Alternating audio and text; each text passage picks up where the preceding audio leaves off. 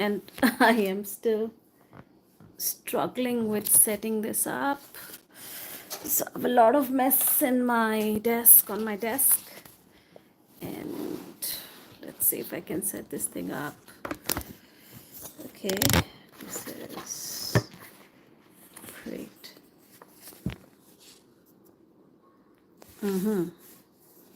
So we are on habit number 2, which is okay, I think this is better this way. We are on habit number 2, which is beginning with the end in mind. And I found this very interesting because it talks about visualization. It talks about how first you need a blueprint, and only then uh, you can walk towards that goal. So a lot of life coaches will tell you about the power of visualization. They tell you that if you can dream it, you can do it, and if you want the things to appear in your life, apart from working for those things, a huge part is visualization. Even sports coaches, sports people, the high functioning, like high performing sports persons, it is said that their coaches ask them to visualize them winning that race, winning, giving that, winning shot, that winning jump, to see it in their minds. And the ones who are successfully able to do so are able to a very very more and more athletes are now coming up with this, that how they visualize the outcome first, and then it really happened. So this chapter, a lot of it is about, so he's explaining, he has Stephen R. Covey, the book here in question is again the 7 habits of highly effective people. It's not impossible, but it is difficult to go through the book in entirety. So we just went through chapter 1, and this is parts of chapter 1, or chapter 1 in, in gist. And this is habit 2. It says begin with the end in mind. And he says about a visualization. He says, in your mind's eye, see yourself going to the funeral of a loved one. Picture yourself driving, and then he asks us to visualize a sad thing, a sad episode.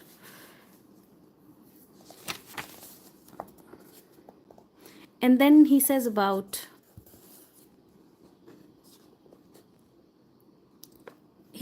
beginning with the end in mind, which means you need to define what success means to you. If you just keep working and you just say, I want to be successful in what? What amount of money? What kind of luxury? Do you want to travel? What does success mean to you? Because success means different things to different people. For a 20 plus something, success might be I don't know, being able to travel places. At least these days, the Instagram and all those places, they kind of hype travel as if traveling doesn't need money. They say travel while you're young, go to the Himalayas while you're young. They don't. Going to the Himalayas needs money. Even if you're going to Uttarakhand, or let's say even North Bengal, which is the foothills of the Himalayas. So I don't know why there is this travel craze going on. A lot of people are actually not financially stable to go travel that much. But yeah, so that is one of the things, like define what success means to you. That is very important. This is what he wants to say by referring to the fact that begin with the end in mind. Visualize what success means to you.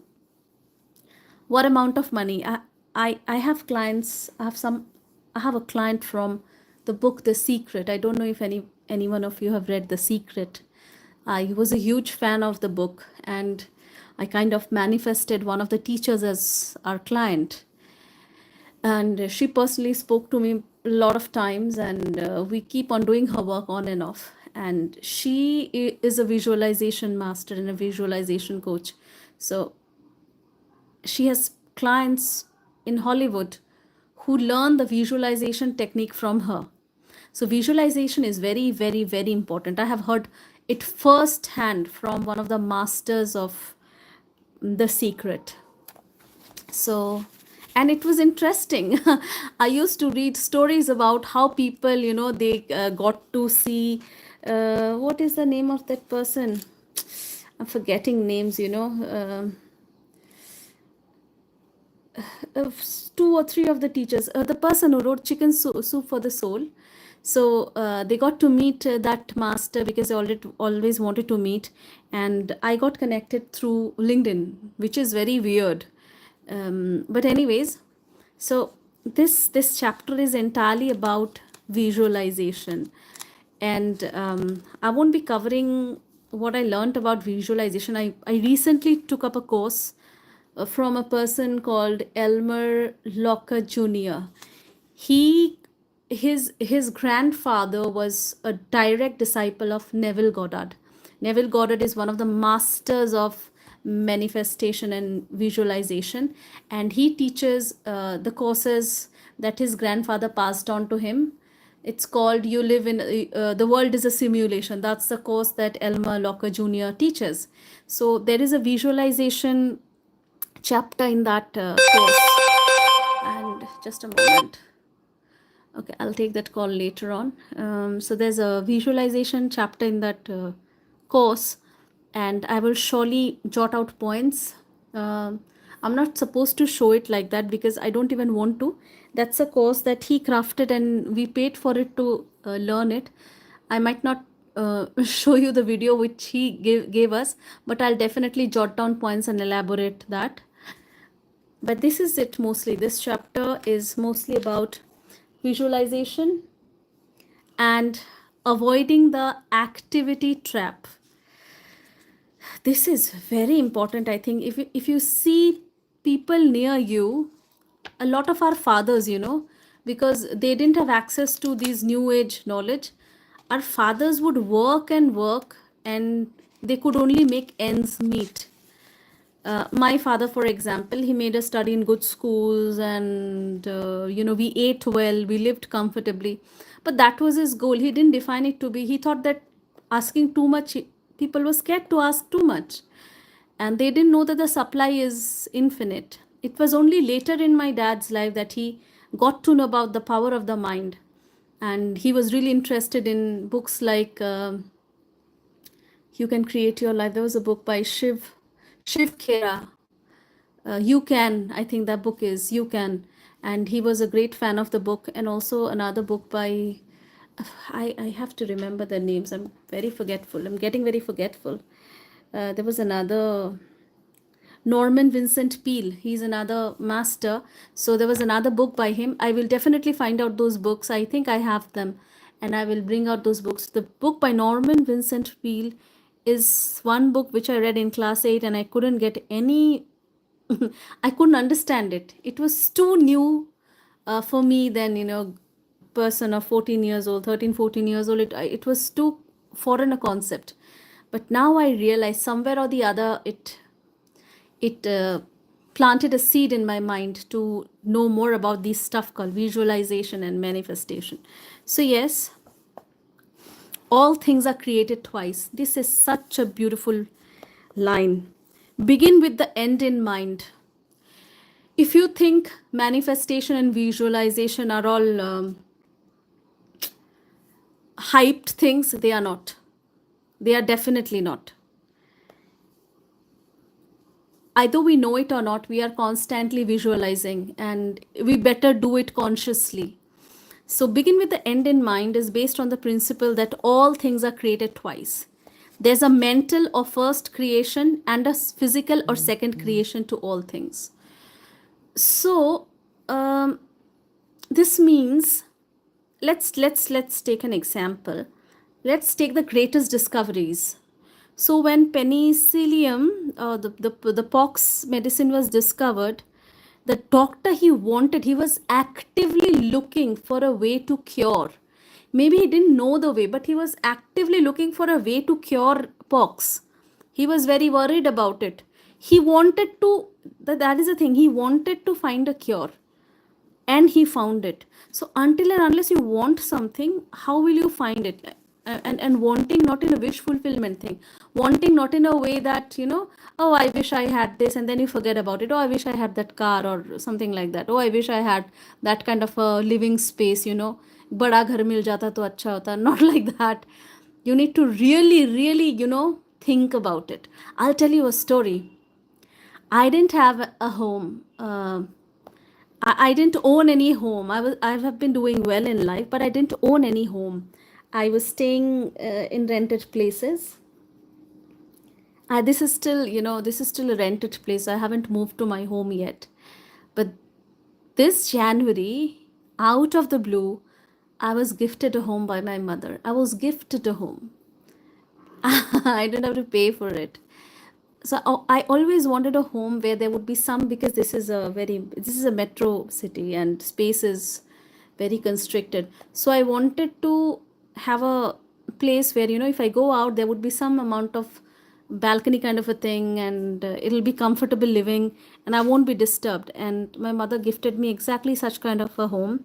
It was very uncommon. They just decided to gift it to me, my mother and my brother. So I have a home now, something that I really liked.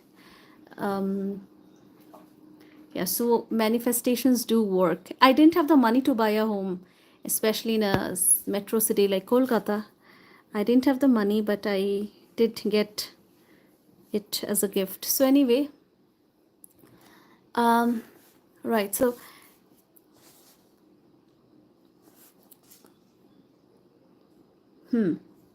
let's see what is the example that he gives here. Take the construction of a home, for example. You create it in every detail before you even hammer the first nail into place. You try to get a very clear sense of what kind of house you want. If you want a family centered home, you plan to put a family room where it would be a natural gathering place. You plan sliding doors and a patio for children to play outside. You work with ideas, you work with your mind until you get a clear image of what you want to build. So this, he is calling this the blueprint. So until and unless you have a blueprint of what you want, it won't matter. So you need to have a blueprint of what you want, what success means to you. It is best to write it down, and then when you are beginning to write down what success means to you, please start with things that you think you can achieve.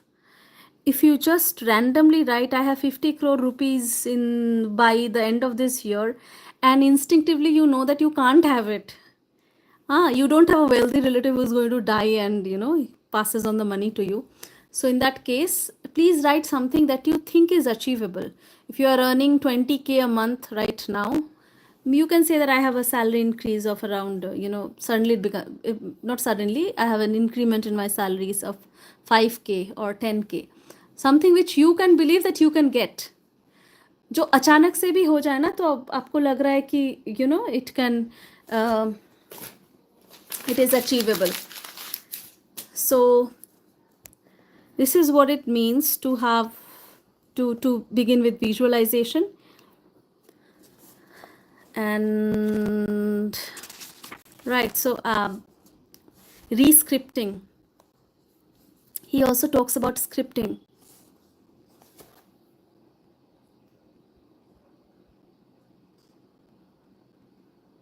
Scripting, he says, he calls it scripting a personal mission statement, like what do you personally want to achieve. Let me read the, because I can't read the chapter right now, so I kind of put it in points. So when he says you need to write a personal mission statement, like what success means to you, Stephen R. Covey, he says that you need to include all important areas of your life, like personal, family life, and then work life, and to write it in the present tense, like I have a salary increment of 10K by the end of this year, something like that.